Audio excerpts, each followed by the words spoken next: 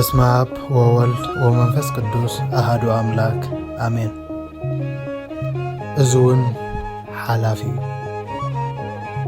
ሓደ ንጉስ ነማኸርቱ አኪቡ ከምዚ ኢሉ ይእዝዞም ክኸብር ከለኹ ኾነ ክዋረድ ክረክብ እንከለኹ ኾነ ክስእን ርእሱ ኩላቶም ክኸውን እንከለኹ ኾነ ትሕቲ ኩላቶም ብጣዕሚ ክዕጎስ እንከለኹ ኾነ ክኸፍአኒ እንከሎ ክስዕር እንከለኹ ኾነ ክሰዓር በዓል ዝና ክኸውን እንከለኹ ኾነ ድኹም ነዚ ኩሉ ብሰላምን ብጥበብን ክሓልፎ ዝገብር ሓደ ሓሳብ ሃቡኒ ክዝክሮ ዝኽእል መንገደይ እውን ክመርሐኒ ዝኽእል ካብ ጉቡእ ሓሊፈ ብሕማቕ ዘይከደሉ ሓደ ሓሳብ ኣምፁለይ ዝተለቓቐበ ፍልስፍና ከይተምፅለይ ግልፂ ዝኾነ ክሰርሓሉ ዝኽእል ኣምፁለይ ከይሓስኩም ከይትመፁ በሎም።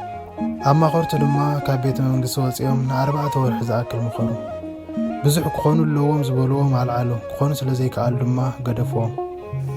ኣብ መወዳእታ ዝበፅሑ ሓሳብ ኣብ ብራና ጽሒፎም ናብ ንጉስ ኣምፅኡ ዝተጠቕለለ ብራና እውን ሃብዎ።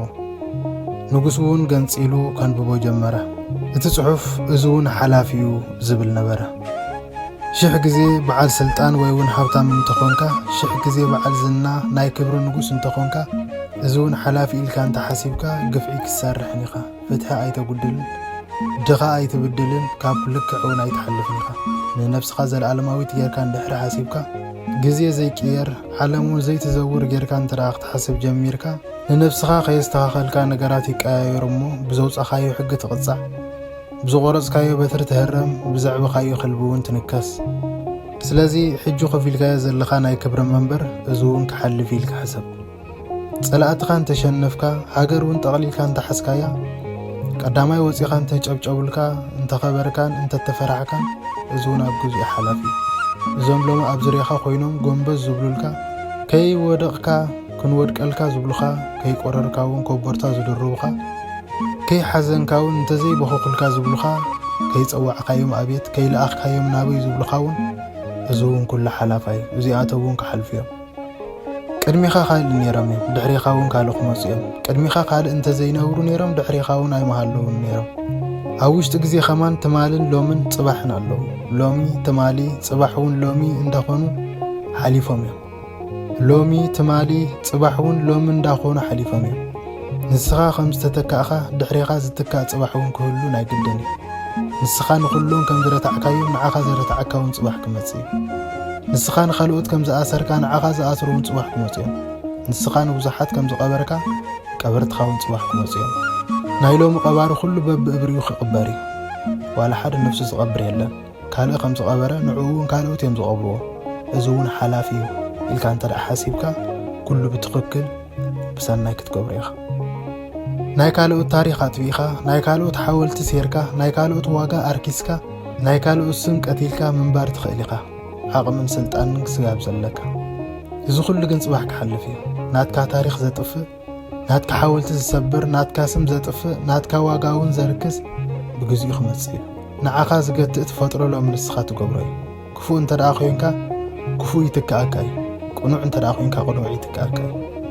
እዚ ኩሉ ኣሕሊፍካ እንተወደቕካ እንተተሰበርካ እንተተኣሰርካ እንተተረሳዕካ እንተተሰደድካ እንተሰኣንካ ዓለም ብገፋሓ እንተፀበበትካ ዝሓሰብካዮ ተሪፉ ዘይሓሰብካዮ ተኾነ እዚ እውን ሓላፊ ኢልካ ሓሰብ። እዚ እውን ክሓልፍ ኢልካ እንተደኣ ሓሲብካ ተስፋ ኣይትቖርፅን ኢኻ። ነብስኻ ከይወፀት ኣይትመውትን። ነፍስኻ ንሕርቃን ንቁጣዐ ንትካዘ ኣሕሊፍካ ይትሃብ። ድሕሪ ሞት ትንሳኤ ድሕሪ ማእሰርቲ ፍትሒ ከም ዘለዎን ክትርኢ ኢኻ። ናይ ስልጣን ጫፍ ምውራድ ከም ዝኾነ ናይ ምውራድ ጫፍ እውን ስልጣን እዩ። ናይ ብርሃን ጫፍ ጸልማት ከም ዝኾነ ናይ ጸልማት ጫፍ እውን ብርሃን እዩ። ናይ ሕማም ጫፍ ጥዕና ከም ዝኾነ ናይ ጥዕና ጫፍ እውን ሕማም እዩ። ዓለም ቀዋሚት ኣይኮነትን ግዜ ንቕድሚት ጥራይ ዝኸይድ። እስር ቤት ክስራሕ እንከሎ ዝነበሩ ሕጂ ኣለዉ። ስለዚ ንስኻ እውን ኣብ እስር ቤት ኣይክትነበርን ኢኻ። ሽግር ክጅመር እንከሎ ዝነበሩ ሕጂ ኣለዉ። ንስኻ እውን ኣብ ሽግር ኣይትነበርን ኢኻ። ከም ዝሓልፍ እንተኣሚንካ ብተስፋ ክትጽበ ኢኻ። ከም ዝሓልፍ ተዘይኣሚንካ ግን ነቲ ዘለኻዮ ክትቅበሎ ኢኻ። ሽግር ሓላፊ ኢልካ እንተደኣ ተቐቢልካዮ ናብ ካልእ ተስፋታት ከተማዕዱ ኢኻ። ብዙሕ ትምኒታት እውን ክትምነ ኢኻ። ሰብ እቲ ዝዓበየ ዝነብረሉ ብሕልንኡ ስለ ዝኾነ እዩ። ስለዚ ኢና ድማ ነዚ ዝሃብናካ ኣብ ግዜ ጽጋብ ኮነ ኣብ ግዜ ጥሜት ኣብ ግዜ ሃብቲ ኮነ ድኽነት ክትስዕርን ከለኻ ኮነ ክትሰዓር ምስ ጥዕናኻ ከለኻ ኮነ ምስ ሓመምካ ብዝና ኮነ ብዘይዝና ዝመጻካ መከራ ኣሎ። ኣብ መከራ ምውፃእ እንተደኣ ደሊኻ ግና እዚ እውን ክሓልፍ እዩ ኢልካ ሓሰብ። ንጉስ ነቲ ምኽሮም ሰሚዑ ኣብ ቤት መንግስቱ ኣብ ቤት ፍርዲ ኣብ እንዳ ወታደራቱ ኣብ ዝኣተወሉ ኣዳራሽ ኣብ ኩሉ እዚ እውን ሓላፋ እዩ ዝብል ንኽልጠፍ ኣዘዘ። ንሱ ድማ ክወፅእን ክኣቱን ክፈርድን ከሎ ከይተረፈ ኩሉ ግዜ ክሪኦ ጀመረ። እዚ እውን ክሓልፍ እዩ እንዳበለ። እግዚኣብሔር ኣምላኽ ዘስተውዕል ልቢ ይዓድለና።